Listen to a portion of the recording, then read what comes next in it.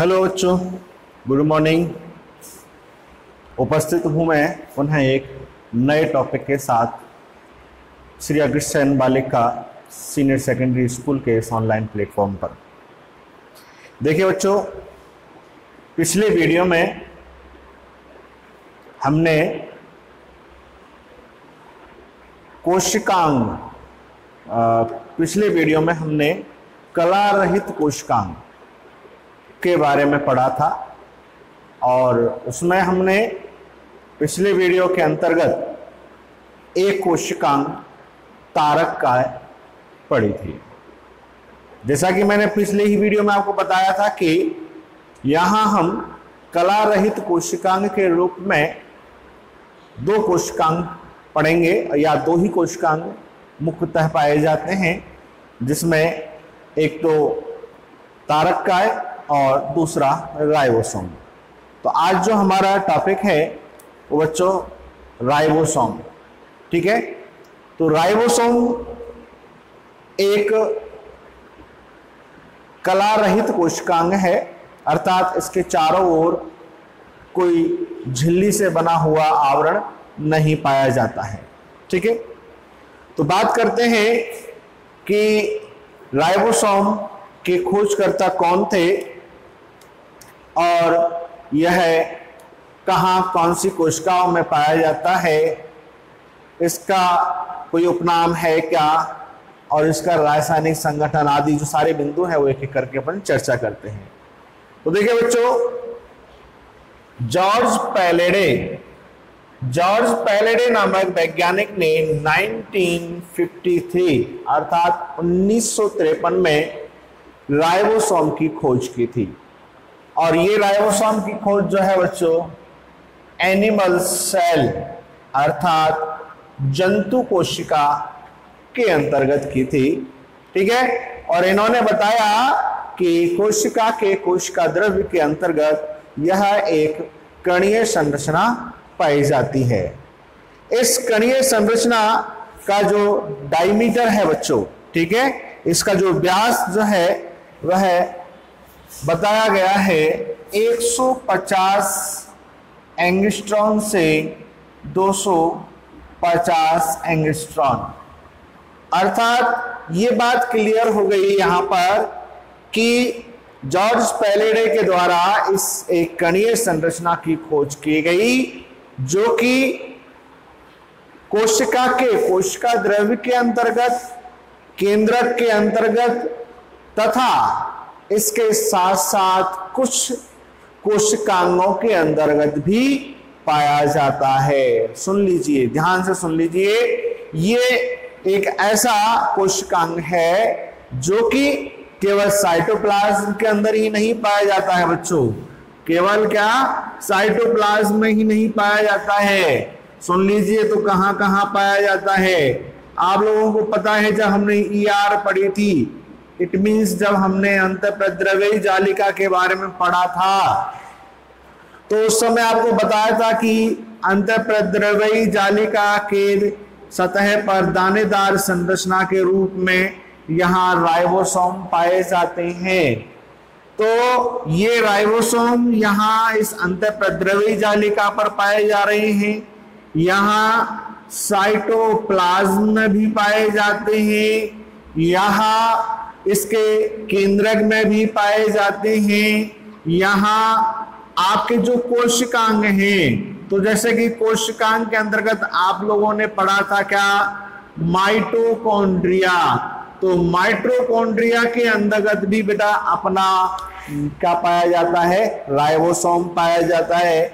इसके अलावा अगर वह पादप कोशिका है तो पादप कोशिका के जो प्लास्टिड्स जो होते हैं बच्चों, लवक से, जैसे कि हरित लवक, तो हरित लवक के अंतर्गत भी क्या राइबोसोम पाए जाते हैं। बोलो आई क्या बात समझ में। तो राइबोसोम कहां कहां पाए जाते हैं, ये बात क्लियर हो गई हमारी, ठीक है। तो राइबोसोम्स जो है बच्चों, ये हमारी ईआर पर, साइटोप्लाज्म में, माइटोकॉन्ड्रिया में, प्लास्टिड में और न्यूक्लियस के अंतर्गत उपस्थित होता है। बात आती है कि क्या सभी प्रकार की कोशिकाओं के अंतर्गत पाया जाता है ये राइबोसोम।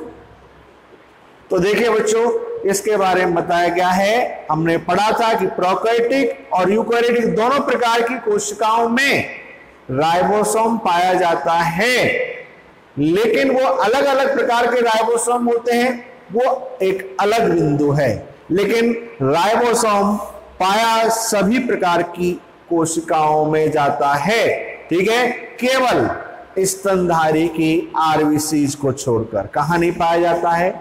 आरबीसीज के अंतर्गत। किसकी? स्तनधारी की आरबीसीज के अंतर्गत राइबोसोम नहीं पाया जाता है। आया समझ में? अब देखिए यहां हम बात कर लेते हैं कि सर आपने अभी कहा था कि भाई प्रोकैरियोटिक और यूकैरियोटिक दोनों कोशिकाओं में पाया जाता है, लेकिन वो अलग अलग प्रकार के पाए जाते हैं। तो देखिए बच्चों, आप लोगों को पहले भी हम बता चुके हैं कि जो प्रोकैरियोटिक कोशिकाएं होती हैं, उन प्रोकैरियोटिक कोशिकाओं के अंतर्गत इनमें से एक प्रकार का राइबोसोम 17S प्रकार का, और यूकैरियोटिक कोशिकाओं के अंतर्गत 70+80S प्रकार का राइबोसोम पाया जाता है। बोलो आई क्या बात समझ में? ठीक है, ये बात यहाँ क्लियर हुई। इसको और हम दोबारा पढ़ेंगे बच्चों 70S और 80S राइबोसोम के बारे में, लेकिन मैंने आपको यहाँ पर ये बताया है कि सभी प्रकार की, अर्थात वो प्रोकैरियोटिक हो चाहे वो यूकैरियोटिक कोशिका हो, राइबोसोम दोनों के अंतर्गत उपस्थित होता है, लेकिन वो अलग अलग प्रकार के होते हैं। आई बात समझ में? अब देखिए बच्चों, चलते हैं दोबारा आते हैं वहीं पर कि खोजकर्ता जॉर्ज पैलेडे थे, जिन्होंने एनिमल सेल के अंतर्गत राइबोसोम को देखा था या उनकी खोज की थी, और यह एक कणिकीय संरचना के रूप में जाना जाता है, जिसका जो व्यास है वह 150 to 250 एंगस्ट्रॉन बताया गया है। इस राइबोसोम को कुछ उपनामों से भी जाना जाता है। राइबोसोम को कुछ उपनामों से भी जाना जाता है, जैसे कि कोशिका का इंजन। क्या कहा जाता है बच्चों इसको? कोशिका का, इसको इंजन कहते हैं, ठीक है।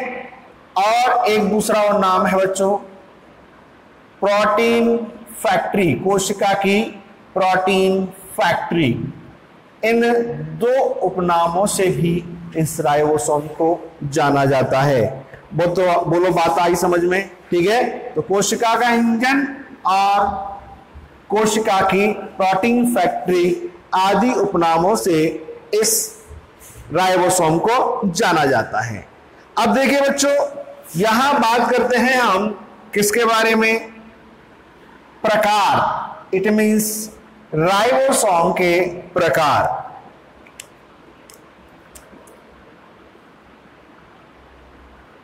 तो बच्चों, राइबोसोम के जो हैं दो प्रकार बताए गए हैं।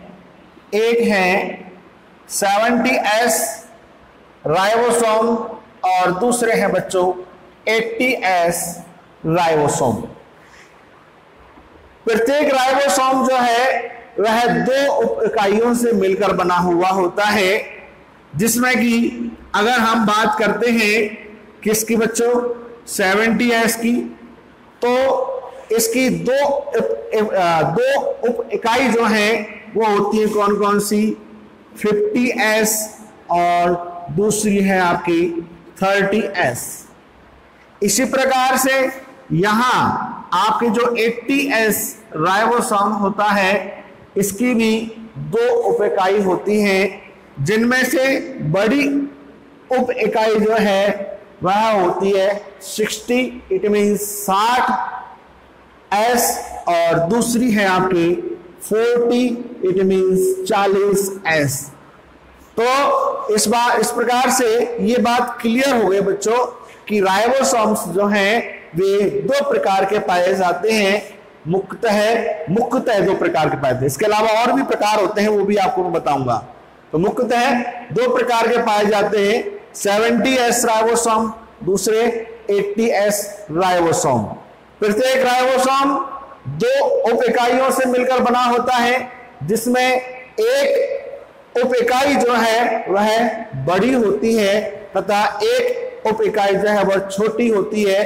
तो यहां हम देख रहे हैं कि 50s और दूसरी है कौन सी 30s। तो 50s इसकी बड़ी इकाई हो गई और 30s जो है इसकी क्या हो गई, छोटी इकाई हो गई। इसी प्रकार से यहां 80s के अंतर्गत 60s जो है वो बड़ी इकाई हो गई, बड़ी उप इकाई हो गई, और 40s जो है उसकी क्या हो गई बच्चों, छोटी उप इकाई हो गई।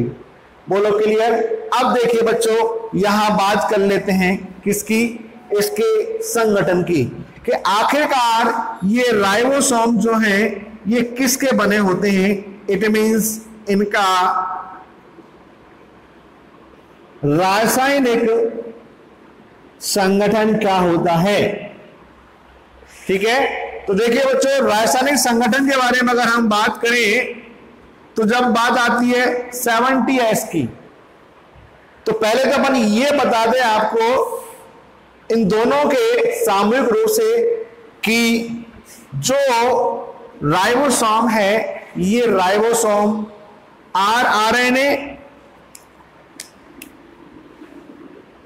ठीक है, आरआरएनए व प्रोटीन के मिलकर बने होते हैं। और प्रोटीन कौन सी होती है बच्चों, राइबोफ्लेविन। ठीक है, तो राइबोफ्लेविन प्रोटीन प्लस आरआरएनए से मिलकर बने होते हैं कौन, राइबोसोम। क्लियर। जब हम बात करते हैं number 1 it mean 70s ribosome की, तो 70s राइबोसोम के अंतर्गत 60% भाग जो है वह किसका होता है, आरआरएनए का, और 40% हिस्सा जो है वह किसका होता है, प्रोटीन का। इट मींस राइबोफ्लेविन प्रोटीन का। ठीक है, तो ये बात हुई किसकी बच्चों, 70s राइबोसोम की। इसी प्रकार से नेक्स्ट अगर बात करें अपने 80s राइबोसोम की, तो देखिए बच्चों 80s राइबोसोम के अंतर्गत यहां 40% तो पाया जाता है आरआरएनए और 60% जो है वो पाई जाती है क्या इसके अंतर्गत, राइबोफ्लेविन प्रोटीन। तो ये 70s और 80s दोनों प्रकार के राइबोसोम के अंतर्गत पाए जाने वाली आरआरएनए और राइबोफ्लेविन प्रोटीन का क्या होता है, प्रतिशत होता है। क्लियर। ठीक है, ठीक है, तो यहां तक ये बात आपको क्लियर हो गई होगी कि भाई राइबोसोम जो है वो दो प्रकार का होता है, 70s 80s। प्रत्येक राइबोसोम दो इकाइयों से मिलकर बना होता है, एक उप इकाई बड़ी दूसरी छोटी होती है। ठीक है, और उनके अंतर्गत या उसका रासायनिक संगठन जो है आरआरएनए और प्रोटीन से मिलकर बना होता है। जैसे कि 70s के अंतर्गत 60% आरआरएनए और 40% प्रोटीन अर्थात राइबोफ्लेविन पाई जाती है। ऐसे ही 80s के अंतर्गत 40% जो है आरआरएनए और 60% जो है वो क्या होती है बच्चों, राइबोफ्लेविन प्रोटीन होती है। अब देखिए बच्चों यहां पर एक बात और कि बार बार कहा जा रहा है 70s एस क्या है, ये एस से क्या अभिप्राय है। तो बच्चों एस जो है यह इसकी क्या है, एक इकाई है। क्या है ये, इकाई है जिसे हम श्वेत वर्ग के नाम से जानते हैं। ये श्वेत वर्ग नामक वैज्ञानिक ने इस इकाई का प्रतिपादन किया, जिसके कारण इसको हम इसके पहले अक्षर एस इट मीन श्वेत वर्ग का जो पूरा नाम है उसका एस जो पहला अक्षर है उस एस को लेकर उसके सम्मान के तौर पर इसको एस से व्यक्त किया जाता है। इसके अलावा तो एस का मतलब क्या हो गया बच्चों, एस का मतलब हो गया क्या, श्वेत वर्ग इकाई। क्या, श्वेत वर्ग इकाई। तो ये क्या है, इसकी एक मापन इकाई होती है। इसके अलावा इसको हम एस से दूसरा अभिप्राय भी होता है अवसादन इकाई या अवसादन गुणांक के रूप में इसको जो है उस इकाई को अवसादन इकाई के नाम से जानते हैं। ठीक है, तो एस का मतलब यहां पर क्या है बच्चों, श्वेत वर्ग इकाई या अवसादन इकाई, सेडिमेंटेशन यूनिट। क्लियर? तो एस का है इस राइबोसोम को व्यक्त करने वाली एक इकाई है जो कि श्वेत वर्ग नामक वैज्ञानिक के द्वारा दी गई थी। श्वेत वर्ग का पहला जो अक्षर है वह एस होता है, इसके कारण से उन्हीं के सम्मान में इसको एस के द्वारा व्यक्त किया जाता है, जिससे कि श्वेत वर्ग इकाई के नाम से हम जानते हैं, या फिर इसको हम अवसादन इकाई अर्थात सेडिमेंटेशन यूनिट के नाम से जानते हैं। ठीक है, तो देखिए बच्चों यहां तक ये आपका हो गया कि भाई राइबोसोम के कौन कौन से प्रकार पाए जाते हैं, ठीक है, और उसकी कितनी इकाई होती है, उसका संगठन क्या है और एस का अभिप्राय क्या है। क्लियर? अब देखिए आगे चलते हैं हम इसकी संरचना अर्थात राइबोसोम की संरचना। देखिए बच्चों राइबोसोम की संरचना, ये जो डायग्राम है वो है इसकी संरचना को व्यक्त करने वाला डायग्राम है। ठीक है, तो जैसा कि आपको बताया कि राइबोसोम के अंतर्गत दो उप इकाई होती हैं, एक बड़ी उप इकाई और एक छोटी उप इकाई होती है। तो यहां पर इन दोनों उप इकाइयों को इस चित्र के अंतर्गत व्यक्त किया गया है। देखिए बच्चों ये 50s यूनिट है और ये 30, इट मींस 50 + 30, तो कौन सा राइबोसोम हो गया बच्चों, 70s राइबोसोम हो गया। बोलो क्लियर? तो ये 70s की दो उप इकाई हैं, ठीक है, जिनके माध्यम से हम राइबोसोम की संरचना को समझते हैं। ये 50s जो है ये इसकी क्या है बच्चों, बड़ी इकाई है जो कि राइबोसोम के आधारीय भाग अर्थात नीचे भाग के रूप में पाई जाती है। ठीक है, अर्थात ये दोनों इकाई जो है वे कुछ इस प्रकार से, माना कि ये इसकी बड़ी इकाई है और इसके ऊपर ये छोटी इकाई इस प्रकार से जुड़ी हुई रहती है। तो ये दोनों इकाई जो है वो युग्मित अवस्था में पाई जाती है। तो नीचे की जो है वो क्या होगी, बड़ी इकाई, और इसके ऊपर जो है वो क्या होती है, इसकी छोटी इकाई। जैसे कि हम यहां अगर हम बात कर रहे हैं 50s यूनिट और 30s यूनिट, तो 50s यूनिट क्या हो गई, ये नीचे वाली इकाई हो गई, और इसके ऊपर ये आ गई कौन सी, 30s इकाई। क्लियर? तो इस प्रकार से ये दोनों यूनिट जो हैं एक दूसरे के साथ जुड़कर एक युग्मित संरचना का निर्माण करते हैं, जिसे अपन राइबोसोम कहते हैं। तो अब हमको यहां देखना है कि इन दोनों उप इकाई के अंतर्गत कौन कौन सी संरचनाएं देखी जाती हैं। तो देखिए बच्चों ये 50s के अंतर्गत ये इसका बेस पार्ट हो जाता है।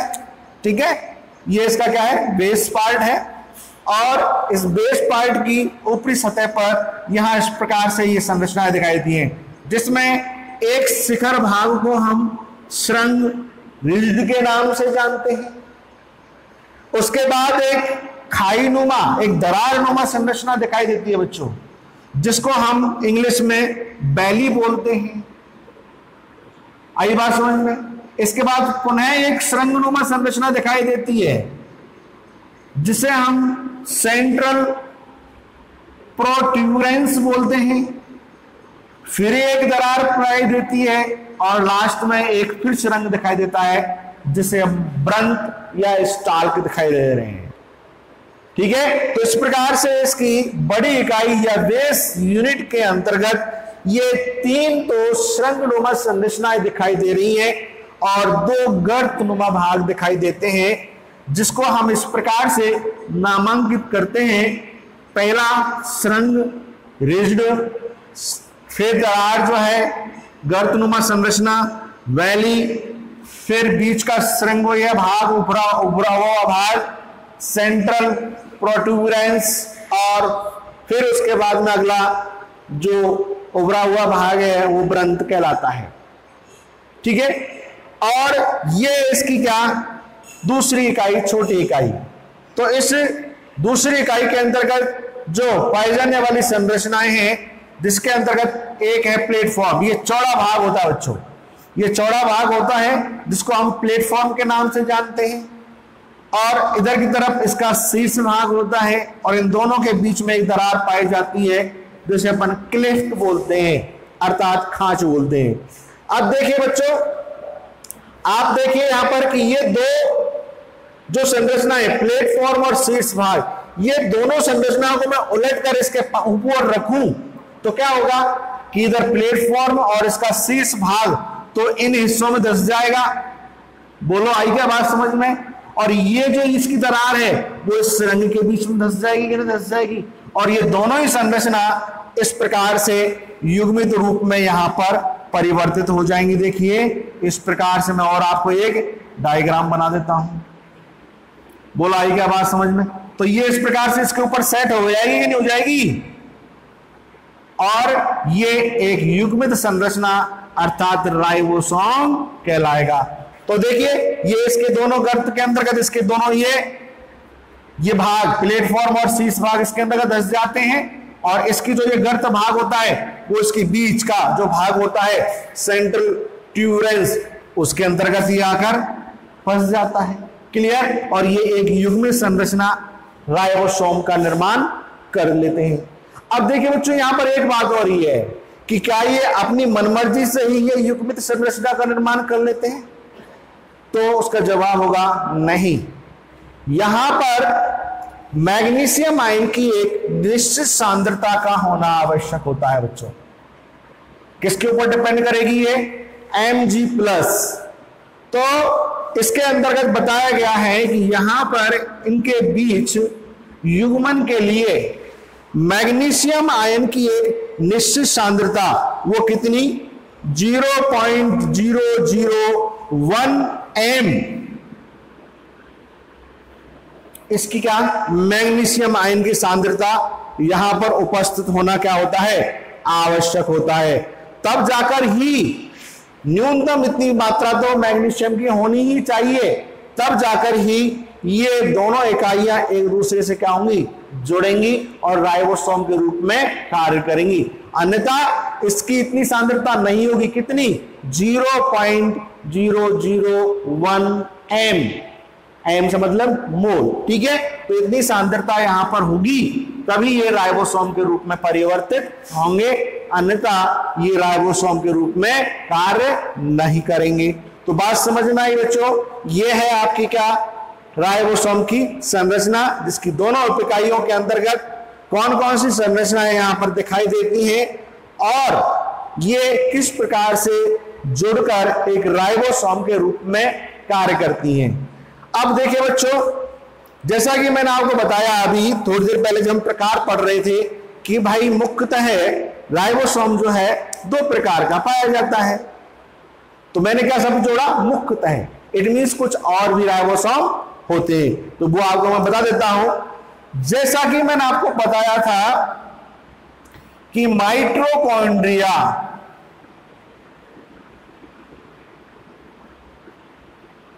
तो माइटोकॉन्ड्रिया जब हमने पढ़ा था तो माइटोकॉन्ड्रिया के अंतर्गत आपको बताया था कि इसके अंतर्गत अपना डीएनए और राइबोसोम पाए जाते हैं, जिसे अपन माइटोकॉन्ड्रियल डीएनए या राइबोसोम के नाम से जानते हैं। इट मींस इसके अंतर्गत खुद का राइबोसोम होता है। तो बच्चों, जो माइटोकॉन्ड्रिया के अंतर्गत पाए जाने वाला राइबोसोम होता है वो कौन सा होता है? 55S प्रकार का राइबोसोम होता है।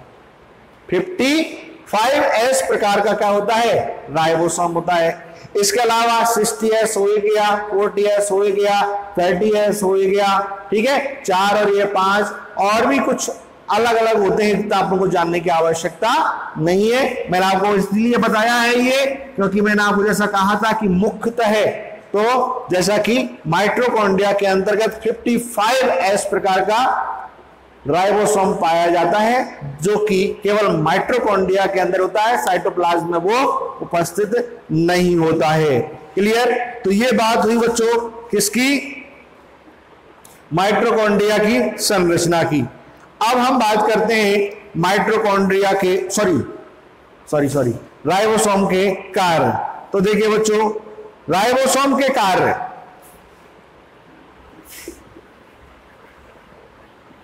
जैसा कि शुरुआत में आप लोगों को राइबोसोम के उपनाम बताए थे, जिसमें एक उपनाम था कोशिका का इंजन और प्रोटीन की फैक्ट्री। तो प्रोटीन की फैक्ट्री, तो प्रोटीन की फैक्ट्री इसको क्यों कहा जाता है, सुन लीजिए। ये नाम जो दिया गया है वो दिया गया है इसके कार्य के आधार पर ही, क्योंकि जैसा कि आप लोगों को मालूम है कि जो RER होती है, इट मींस अंतःप्रद्रव्यी जालिका, कौन सी, रफ अंतःप्रद्रव्यी जालिका जो होती है, उसकी सतह पर ये राइबोसोम पाए जाते हैं बच्चों। और यहां पर ये राइबोसोम प्रोटीन संश्लेषण का काम करते हैं। तो प्रोटीन संश्लेषण का काम कर रहे हैं, अर्थात क्या कर रहे हैं, प्रोटीन का निर्माण कर रहे हैं। तो क्या नाम दे दिया इसको, प्रोटीन फैक्ट्री। क्या नाम दे दिया, प्रोटीन फैक्ट्री। और ये प्रोटीन विभिन्न उपापचयी क्रियाओं में भाग लेती हैं, अर्थात तो इसको क्या नाम दे दिया, कोशिका का इंजन नाम दे दिया। इट मींस यह जो राइबोसोम है, ये इसका मुख्य काम है हमारा क्या, कि कोशिका के अंतर्गत प्रोटीन संश्लेषण करना। कहां पर, RER पर, ठीक है।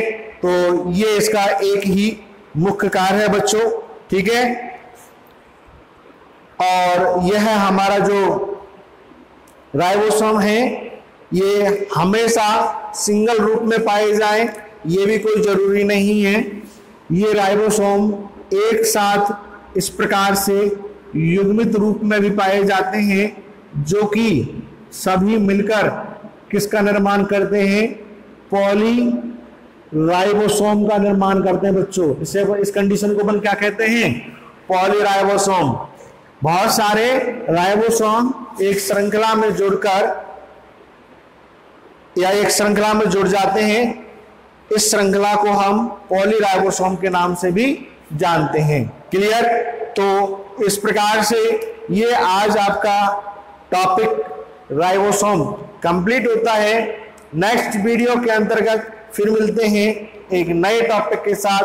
तब तक के लिए goodbye and thank you.